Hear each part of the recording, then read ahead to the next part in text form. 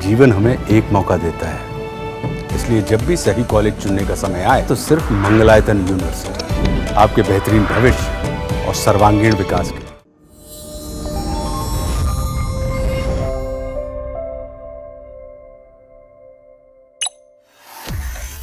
सिंधु जल समझौते के खत्म होने के बाद पाकिस्तान बौखलाया हुआ है और इसी कड़ी में पाकिस्तान के आर्मी चीफ आसिम मुनीर लगातार अमेरिका में बैठकर भारत के खिलाफ न्यूक्लियर वार्निंग दे रही हैं। वही न्यूक्लियर वार्निंग जिसको भारत अब कहीं भी अपने आगे आंकता नहीं है और इसी कड़ी में उसके बाद अब बिलावल भुट्टो लगातार युद्ध की धमकी दे रहे हैं, तो इसके बाद ख्वाजा आसिफ लगातार भारत को धमकाने की, गिदड़ भभकी देने की कोशिश कर रहे हैं। इसी बीच भारत भी लगातार पाकिस्तान पर एक्शन ले रहा है और इसी कड़ी में भारत ने एक अलग ही ऑपरेशन लॉन्च किया है पाकिस्तान के खिलाफ। ये ऑपरेशन क्या है, इस पर जो है सोनम हमें बताएंगे। सोनम, ये जो नया ऑपरेशन भारत की तरफ से लॉन्च किया गया, संसद में इसकी जानकारी दी गई है, ये क्या ऑपरेशन है? हाँ, तो हम दर्शकों को बता दें कि मई के महीने में जब पाकिस्तान में स्थित आतंकियों के खिलाफ भारत ने ऑपरेशन सिंदूर चलाया था, जिसके तहत काफ़ी आतंकी ठिकानों पर सटीक हमले किए थे, उन्हें तबाह किया गया था। तो उसके बाद अब भारत ने एक और ऑपरेशन की जानकारी दी है जिसका नाम है ऑपरेशन डीप मैनिफेस्ट। और अब ऑपरेशन डीप मैनिफेस्ट क्या है और भारत ने इसके तहत क्या काम किया है, इसका मोटिव क्या है,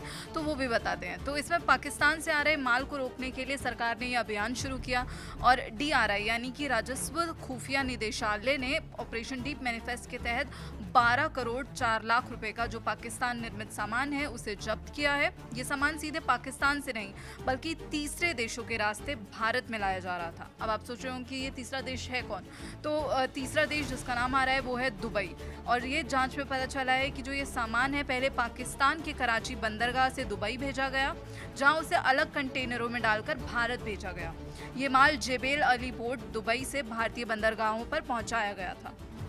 और ये पूरी जानकारी जो है संसद में वित्त राज्य मंत्री पंकज चौधरी ने दी है। उन्होंने कहा कि जुलाई 2025 तक इस ऑपरेशन में कुल 5 मामले दर्ज हुए हैं और इन मामलों में पाकिस्तान में बने माल की कीमत जो है वो 12 करोड़ 4 लाख रुपए है, जो हमने जब्त किया है सामान। और सभी मामलों में जो सामान है संयुक्त अरब अमीरात UAE के रास्ते भारत में लाया जा रहा था। और उन्होंने बताया कि सरकार ने यह ऑपरेशन तब शुरू किया था जब पहलगाम आतंकी हमले के बाद पाकिस्तान के जो है सभी आयात पर पूर्ण तरह से प्रतिबंध लगा दिया गया था। इस ऑपरेशन का मकसद उन्होंने बताया कि जो पाकिस्तान से आने वाले माल की तीसरे देशों के जरिए जो तस्करी है उस पर रोक लगाना है। वहीं केंद्रीय मंत्री आगे कहते हैं कि जो कस्टम अधिकारियों ने 13 मामलों में 12 लाख के अवैध आयात भी पकड़े हैं। इनमें DGFT की 2 मई की अधिसूचना समेत कई कानूनी नियमों का उल्लंघन किया गया था। पहले जो है 26 जून को सरकार ने 39 कंटेनर्स में लगभग 1115 मीट्रिक टन माल जब्त किया था, जिसकी कीमत करीब 9 करोड़ रुपए थी। और इस मामले में एक आयातक कंपनी के पार्टनर को भी गिरफ्तार किया गया था। हालांकि उन्होंने नाम नहीं बताया कि किस कंपनी के पार्टनर को गिरफ्तार किया गया है।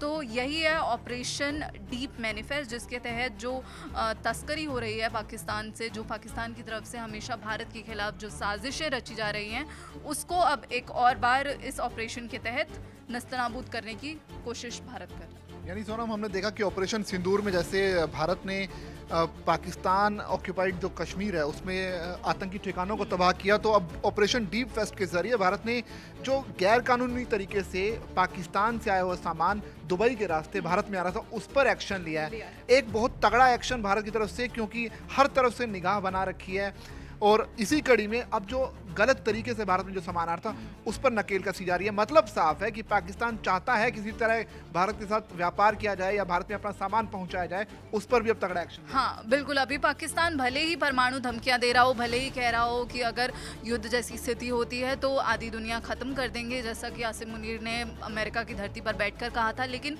वहीं अब जो पाकिस्तान के विदेश मंत्रालय है उसका भी बयान आया है। उन्होंने भारत से अपील की है कि भाई पानी जो है बहाल कर दीजिए, जो सिंधु जल समझौता है आपने स्थगित किया था उसे फिर से बहाल कीजिए। तो एक तरफ जो है पाकिस्तान बड़ी बड़ी धमकियां दे रहा है और एक तरफ वो भारत के सामने गिड़गिड़ाता हुआ नजर आ रहा है। बिल्कुल, शायद पाकिस्तान इसी वजह से गिड़गिड़ाता हुआ नजर आ रहा है, क्योंकि भारत, उन्हें पता है कि अगर भारत के साथ व्यापार करेंगे तो थोड़ा सा मुनाफा वो कमा सकते हैं, लेकिन आतंक का अगर राह चुनेंगे तो निश्चित तौर पर भारत की इनकार ही रहेगी। खैर, इस खबर पर आपकी क्या राय, आप कमेंट करके हमें जरूर बताइए और बने रहिए दैनिक जागरण के साथ।